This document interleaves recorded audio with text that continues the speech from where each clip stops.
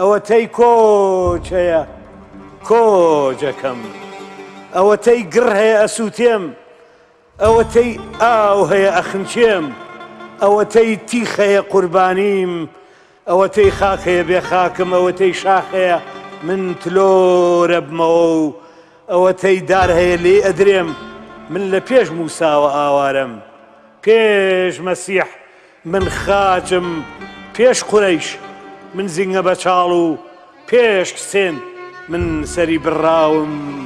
ئەنفالە ئەنفالە ئەنفال.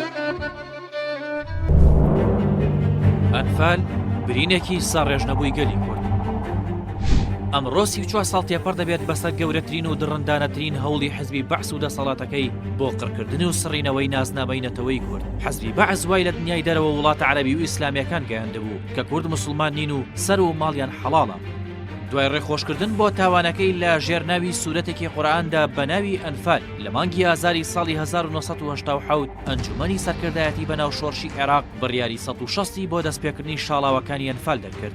حزبی بەعس لە ژێرناوی ئەو سوورەتەدا سەر و ماڵی کوردانی حەڵاڵ کرد. وڵاتە عەرەبی و ئیسلامیەکانیش لە ژێرناوی قائیدەی زەرورە و عروبەدا کە لە ژێر چەمکی عاباکەی سەدام حسێندا کۆ دەبوونەوە دەنگیان لێوە نەهات و بەدیار کۆمەڵکوشکردنی گەلێکەوە دانیشتن. سوپای عێراق لە کۆتایی جەنگەکەی لەگەڵ ئێران نزیک بووەوە بە هەموو توانایەوە و بەچەکی قەدەغەکرا و کەوتە بۆردومانکردنی ناوچە جیاجیەکانی کوردستان. پرۆسەکە لەلایەن عەلی حەسەن مەجید ناسرا و با عەلی کیمیاییەوە سەرپەرشتی دەکرا. جاشە کوردەکانیش دۆڵ بە دۆڵ و شاخ بە شاخ بە دوای پێشمەرگە و خەڵکی وڵات پارێزەوە بوون لە پێش سوپای عێراقەوە دەڕۆیشتن و چاوساغیان بۆ دەکردن. پرۆسەی ئەنفال بەهەشت قۆناغ و لە ساڵی 1970 دەستی پێکردو تا ساڵی 1970 خەیاند. 182,000 ژن و منداڵ و گەنج و پیر بە کۆمەڵ گیران و بەرەو دۆزەخەکانی بەعس بران. لە تۆبزاوە و نوگرە سەلمان و دوبز و عەرعەر پاشان لە بیابانەکانی ناوەڕاست و باشووری عێراق زیندە بەچاڵ کران.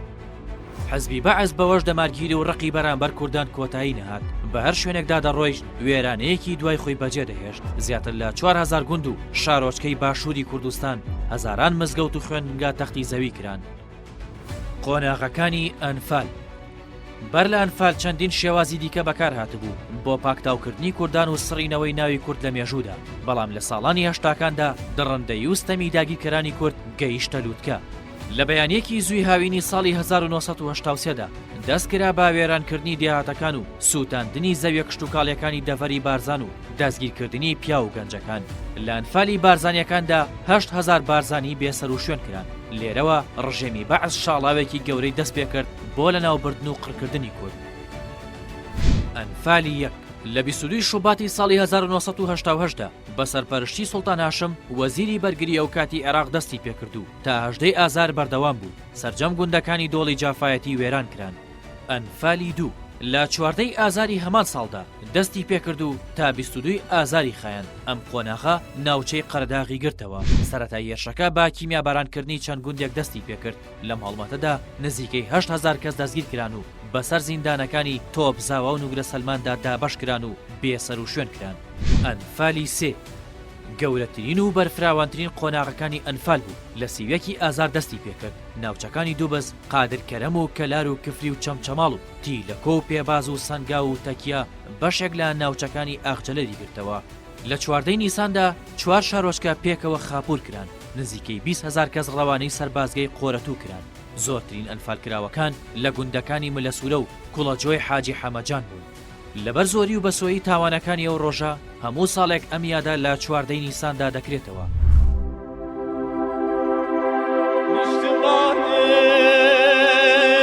تۆ خاکی دایکێکی ڕەشپۆشی گەرمیانی هەتا ئێستاش بە ئومیدی گەڕانەوە ئێست و بروسکی ڕۆڵەیەن پاڵکراوێتی بیباتەوە بۆ گوندەکەی خۆی لە قەبرانەکەی خۆی بینێژێ ڕۆژی جومعان و جەژنان بچێتە لەوای بە دڵی خۆی بیلاوێنێ فرمێسکی گەرمی بۆ بڕێژێ